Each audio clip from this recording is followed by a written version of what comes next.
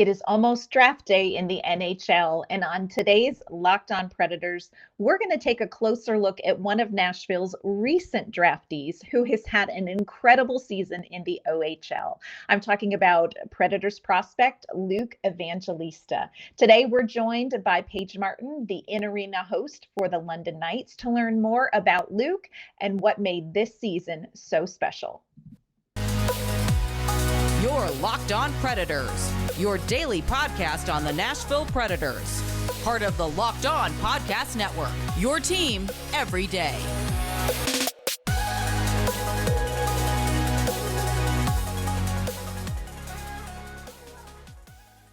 Thank you for making Locked On Predators your first listen of the day. I am Ann Kimmel. I'm a writer at ontheforecheck.com, and I am usually joined by my partner in crime, Nick Morgan, but Nick is on vacation today.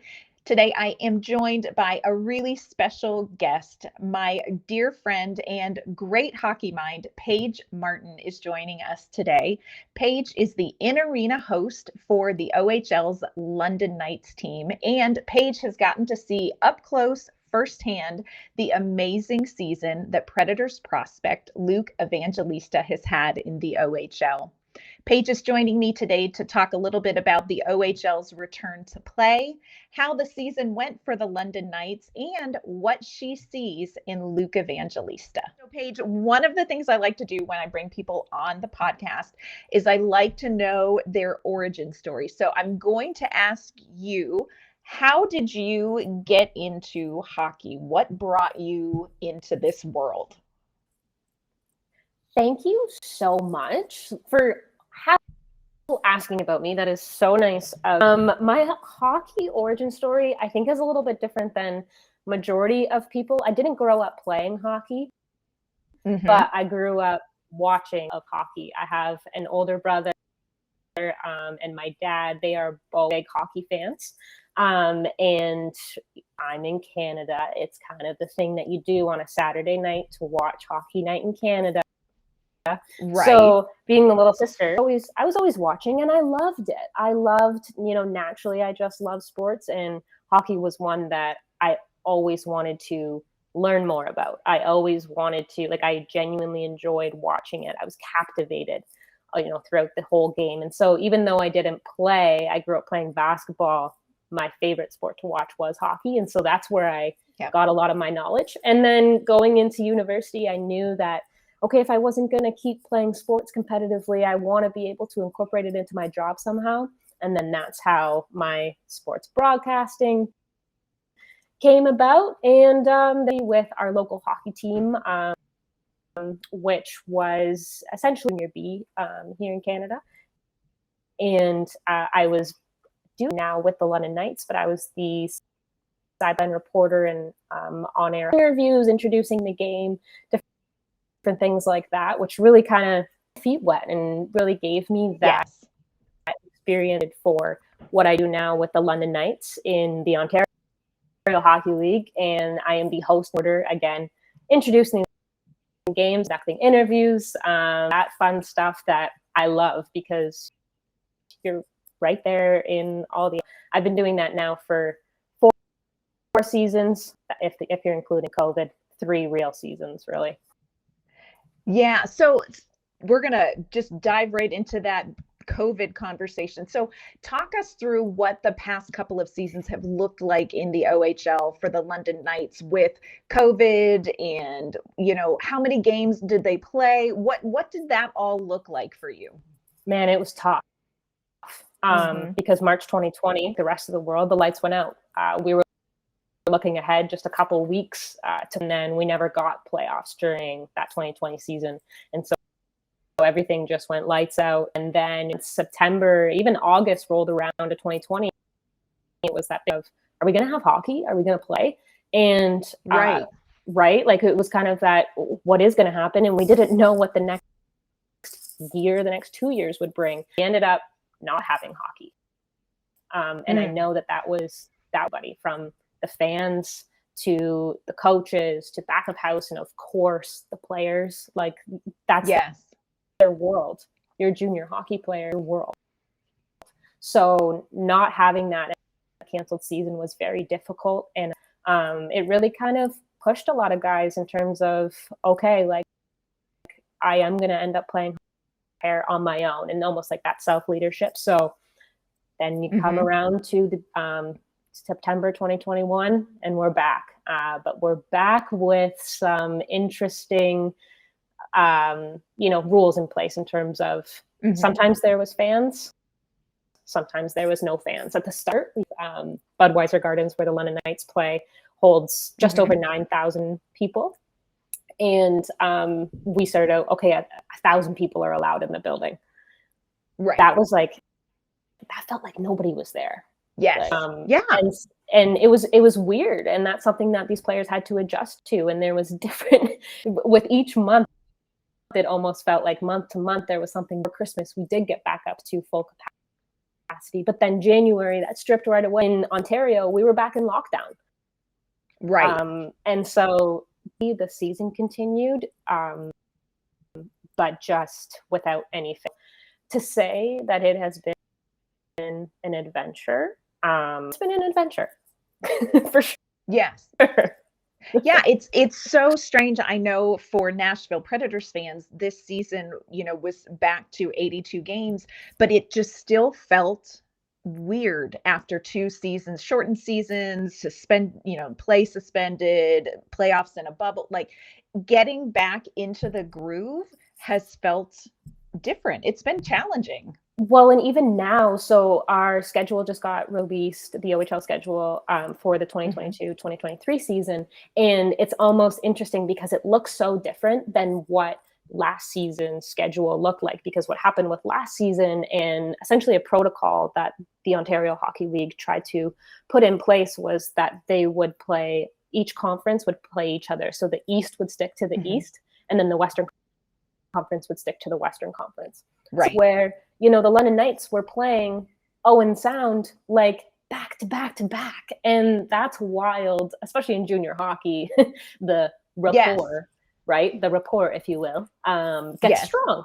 And that's interesting. And so it was something to navigate in terms of, hey, you're playing a lot of the same teams. And then the 2 conferences didn't meet one another until the OHL final, which was just back literally in June. So right. Now, next season, is it kind of going back to playing across conferences?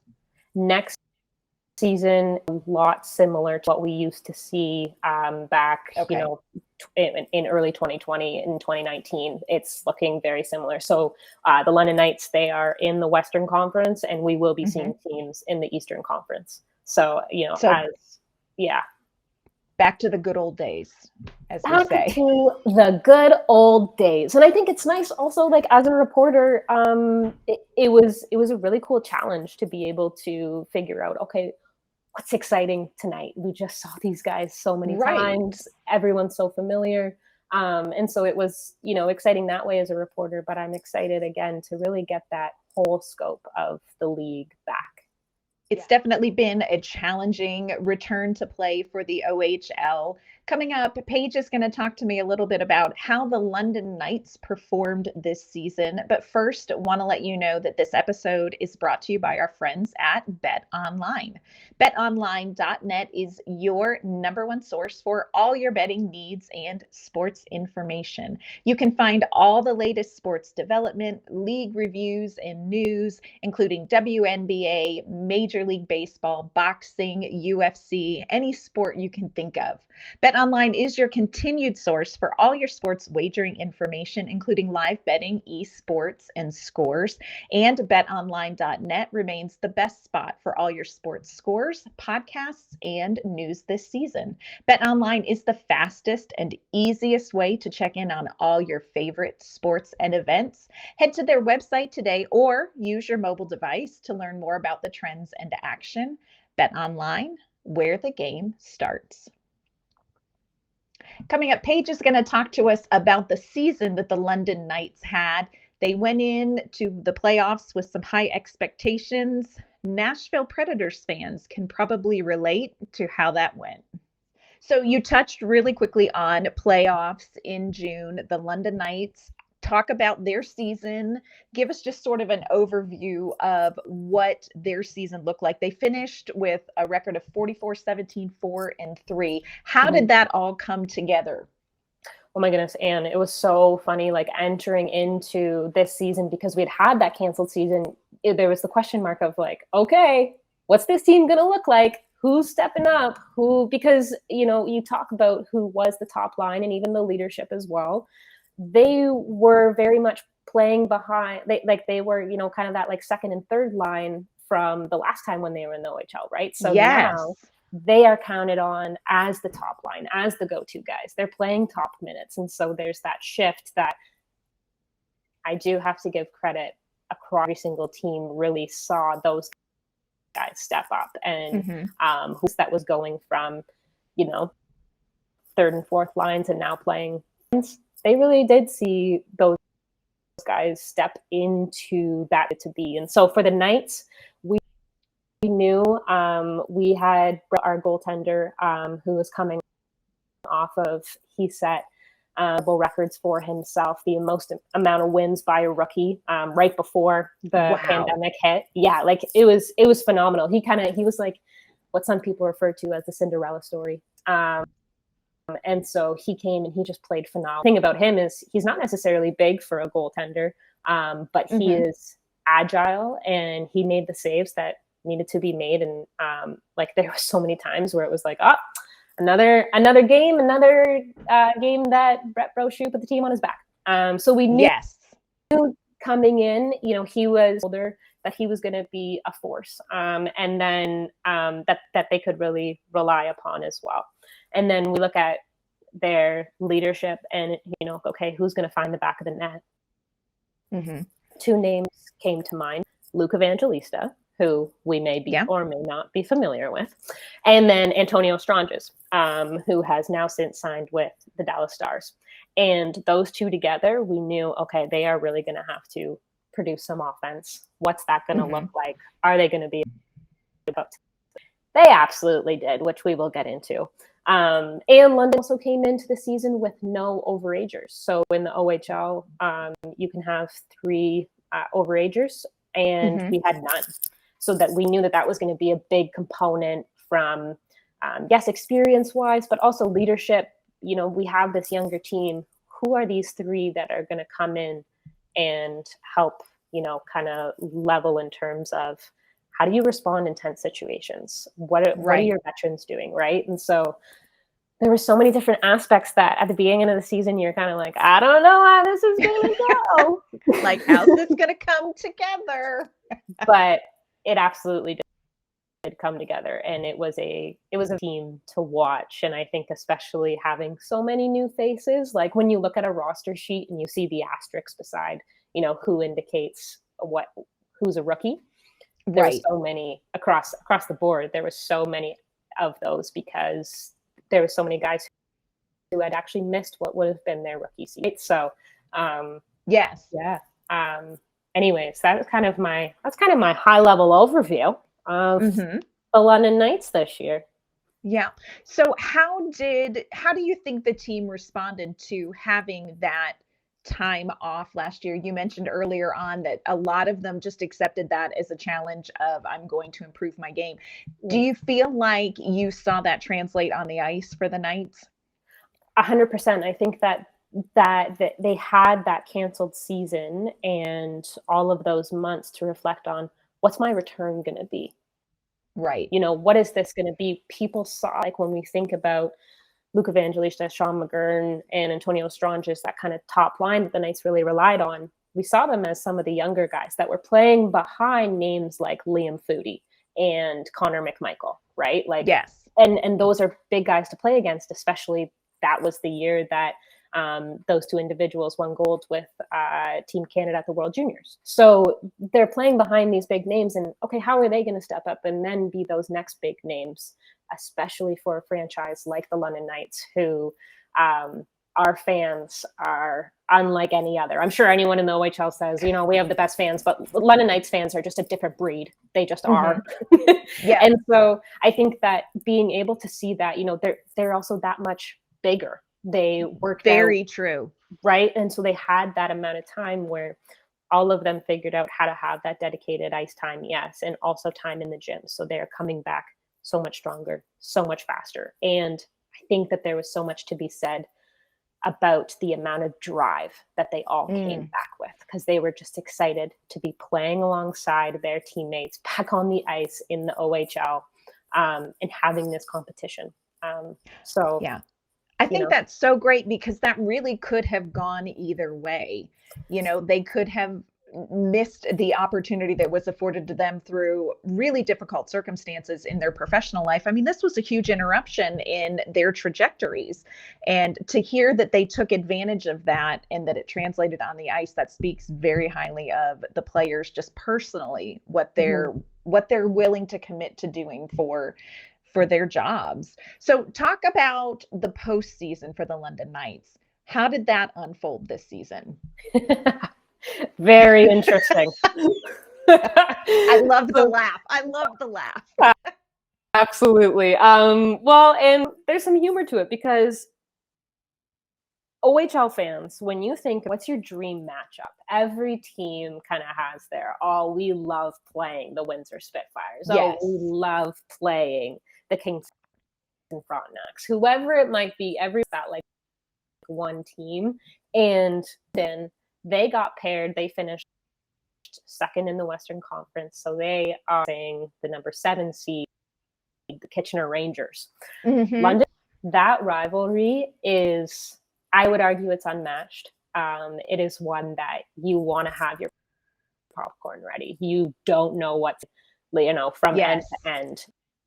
Like, it's wild. I think that something Kitchener gave London such a good run through the season as well. Like, London had their hands full with the Rangers. I think people paid a lot of attention to the seed. Yes, when you look at the standings, so Kitchener wins in games in the most dramatic fashion of an overtime. Mike Batizian scores that at Budweiser Gardens, and you're just like, how did this happen? Yeah. And it was one of those, I'm getting goosebumps about it. It was one of those moments where it's like, okay, goodness gracious. Like, I remember saying to Luke Evangelista after, like, hey, you guys are kind of giving us a lot of panic here. Like, can you just finish this and we can move on? Yeah, just get this done. Right? And he's like, believe me, we feel the exact same way. We're doing our best. Yes. But a lot of people looked at that, you know, number 2 versus number 7 seed and put a lot of weight on the number 2. And if you look side by side, like, these teams were quite evenly matched. You know, maybe London had a couple more names, like into NHL highlight reel a couple times with these crazy end-to-end goals that, like, Luke Evangelista, he scored the most amount of goals in the OHL this year. Like Brett Brochu being the goalie that he is. Like, all of these different things where it's like these names that stand out. Well, Kitchener Rangers, like, they're phenomenal as well. They have so much talent. They have so many guys like Mike Batizian who can find the back of the net just as well as London can, you know? And they have their goaltenders, they've kind of evenly played both throughout that series, and they both stepped up when they needed to, and the Knights couldn't figure out how to score on them. So, in terms of like the postseason for the Knights, it did not go the way that they were planning it to. I remember Kona looked at me and was like, "It ended way too early. We weren't ready for that." And obviously it's sad. Like, you see these guys that you care about, and you know they're upset, and it's one of those things where you're like, that sports, it is, right. And so I know that that's one thing that is exciting for Knights fans. And there were so many young players. There's Denver Barkey, Allen, Oliver Bonk, who really like showcased himself throughout the playoffs as well. Those are rookies, young rookies who are now coming in with that type of playoff experience, round under their belts, but they understand, shoot, it really sucks when we lose. Like a first round exit, don't want that again. And so, oh yeah, we know, right? We know in Nashville all about that. I'm sorry if it's too soon. I mean, at least it was, the champion out. I don't know if that justifies it. It helps maybe a little bit, but it still was so painful. It's like, as I hear you explaining their playoff experience, I'm like, we have walked this trail, friend. Like first round exit, you want to have it. It doesn't happen. Yeah. It's and kind of on tough. Yeah, like what we were talking about before, OHL playoffs hadn't happened since, they didn't even happen in 2020, since 2019. And yes, so it had been this 3 year where suddenly, thank goodness, OHL playoffs are back, because it's just a different energy, just like what you see in the NHL, like, and they're playing a little bit of a different game. The game kind of goes a little bit, and it was incredibly fun to watch. I know that, yes, we didn't get as far as if I'm, on the roster. I do that all the time. All the time. Like, not necessarily as far as they would have hoped, or talk about the Memorial Cup as well, but how much to teach and motivate this season to now. Paige has some really great insight into what she thinks makes Luke Evangelista such an important prospect in the Predators pool. But first, want to remind you that next week is, of course, draft week, and Locked On Predators will have your complete draft coverage right here. You can find us where you find all your favorite podcasts, and you can find us on YouTube as well. All right, so you mentioned a name that people in Nashville are very familiar with and very excited about, Luke Evangelista. He was a 2020 second-round pick for the Nashville Predators, and eyes have been on him in Nashville as we've kind of watched his season with the London Knights. 55 goals, 56 assists, 111 points. What stood out to you most about this season for Luke Evangelista? This was a season where I remember at the home opener, they were announcing the roster of players, skates onto the ice, and then you're waiting, and they announce the leadership team last. And you kind of have your thoughts and your bets of who it would be, especially based back, who moved on to, the NHL or even and it's kind of like, you know what, you think it's going to be Luke Evangelista. And there's also a legacy that he had carried with this, in terms of this was going to be the 50th captain in the Knights franchise. And there's some weight. Obviously, it's a historic franchise. And you look at the list of names held that letter on their jersey, there's some pretty reputable names. So when they announce, and your 50th captain, Luke Evangelista, it was one of those things where you kind of felt, this is good. This is good. And Knights fans had that trust in Luke as well. Knowing from, yes, a canceled season, you are going to lead this group of guys through a season where we didn't really know what was going to happen in Quickly, but also across the country. Like, when are things going to get shut? Like, what about all the different things, like protocols that were times? There was teams who had a lot of guys out because of COVID protocols. That being said, Luke Evangelista as the 50th captain was so much fun. And also, like, he has his own little bit of a Cinderella story. His first season, he was drafted pretty high to the OHL. And then he came in and he didn't score a goal. And people were kind of like, who is this guy? And then at the beginning of his second season, his draft year, of course, he scores a hat trick, first goal, and then that's same game as scores a hat trick. And it's kind of like, oh, like, Okay. is this Luke Evangelista?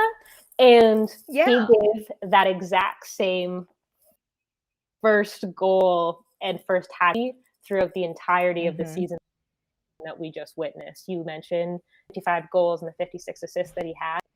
Yes. Every single game, like, you could put money on the fact that he was probably going to find the back at some point. And he watched him evolve and have that confidence. And so being able to see Nish, you know, he's leading his teams. Maybe it's an empty arena, maybe it's a full house. His level of play and his passion and his drive stayed consistent throughout the whole year. And so I think that as a reporter who's really on the sidelines, it was so much fun to watch him also grow into the leader that he was named. I think with all the experience, just like everybody else, you learn by doing. And so he was learning, you know, okay, so how do I lead my teammates when we are in a situation like this, when we are down by one and it's late in the third period and we have an empty net? How do I step up?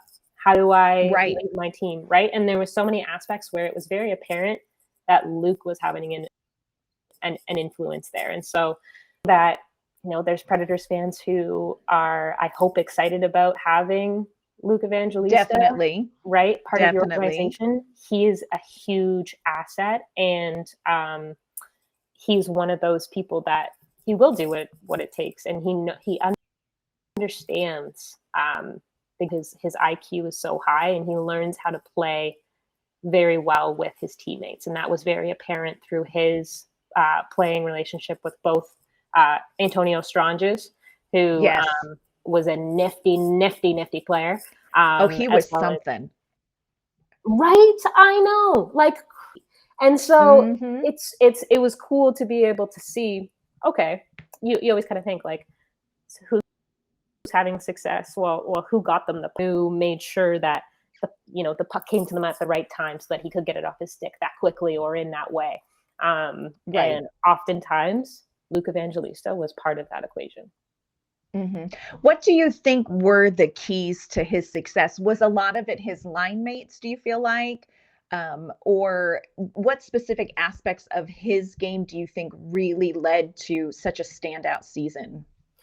I think that coming into the Knights, I know that in his with his billet family, he also lived with Connor McMichael, who is now with the Washington Capitals playing alongside Alex Ovechkin, right? So not too shabby. Not too shabby. He very much had that, like, I can be a top line player and this is how. I know, taking a lot of mental notes from Connor McMichael in terms of, okay, how do I carry myself? And, how do I, that confidence, and how do I step on to make that happen? And you could kind of see something in that game where he scored his first OHL goal. You saw something click. Obviously 2 goals followed after, and that's unreal. But then that continued, right? And it continued in a manner where it did lead him to be high by the Predators. And I think that the Predators also saw that when you ask in terms of like kind of what contributes. I think it's his hockey IQ. Because I think that so much success comes from on and off the ice. He understood that what he was doing off the ice was just as important as what he was doing, and that would greatly contribute to his success on the ice. So, he has a great skating ability. Oh, he he's great at stick handling. He's got a shot like no other. You could say those things, but a lot of players have that because that's how you make it to the next level. Except what separates him is he knows what it takes. He knows what it takes to get to where he wants to be. And he's willing to put in that work, whatever it may mean. Yeah. So Luke is coming to Nashville in July, which I'm also trying to get you to come to Nashville in July. So just putting that out there in the universe. July 11th through the 15th is development camp for the Nashville Predators. So Luke and Paige are going to be in town for that. What? Do you see how I did that? I just slid that right in there. Luke and Paige are going to be in town. Luke, do you have an extra ticket? Like, can I just Yes. Just be his wingman. Be his wingman for sure. If fans are going to development camp, what should they be watching for when they watch Luke Evangelista? What do you think they should pay attention to? Pay attention to how locked in this guy is. Pay attention to his attention to detail. He's going to be fun to watch. He is a great skater. He scored 55 goals. He knows how to do that, learn how to do that at the next level. And I know that he'll want to do as he did it in the OHL. But pay attention to detail, because he doesn't miss details, and it shows little by little throughout his game. That makes a huge impact and separates him from the people that even that are on his team, but that he's on the ice with. How much of a difference that makes when he's playing with whoever he may be playing with on his line, and also his ability to when coaches are advising him or even trusting him, saying, "Hey Luke, like what would you do?" He will step up and he will rise up to that. So I think that if in and watch that with him, I think that's like, okay, interesting. He's got a little something. Yeah. A little something. So you mentioned playing at the next level. How ready do you think he is to jump to like a two-way contract, AHL, NHL? Well, what's your opinion on that? Yeah. Thank you for asking my opinion. Right after the very sad first round at London Knights experience, he was sent to the AHL.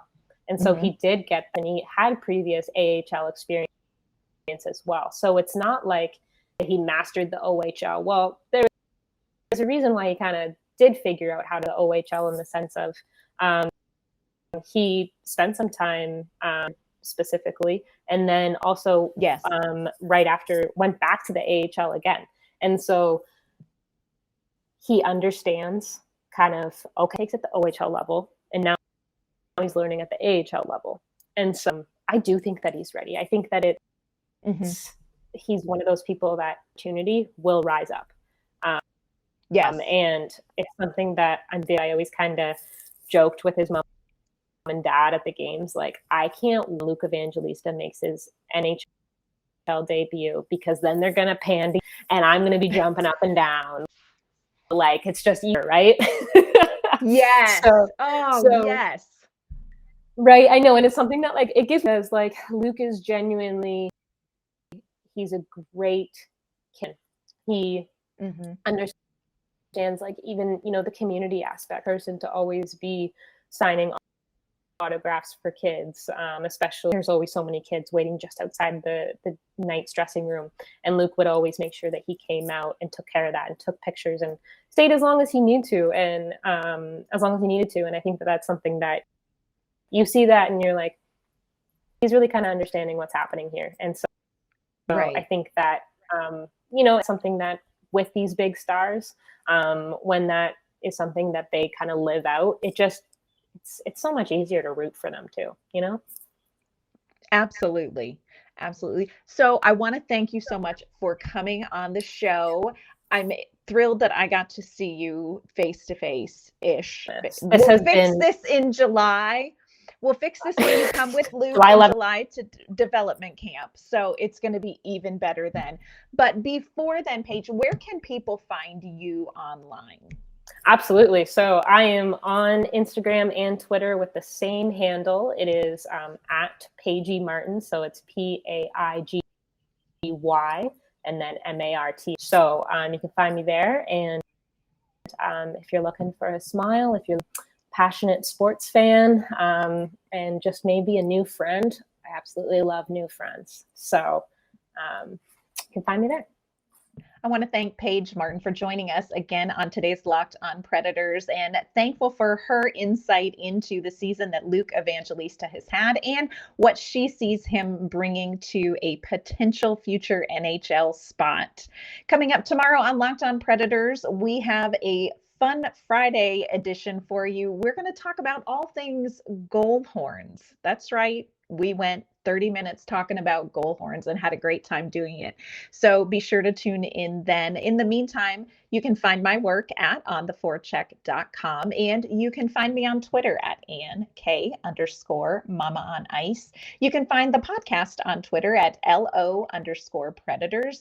Leave us a comment, message, let us know your thoughts on Luke Evangelista and what you might expect to see from him at development camp. Thank you for making Locked on Predators your first listen of the day. We hope you have a great day, everyone.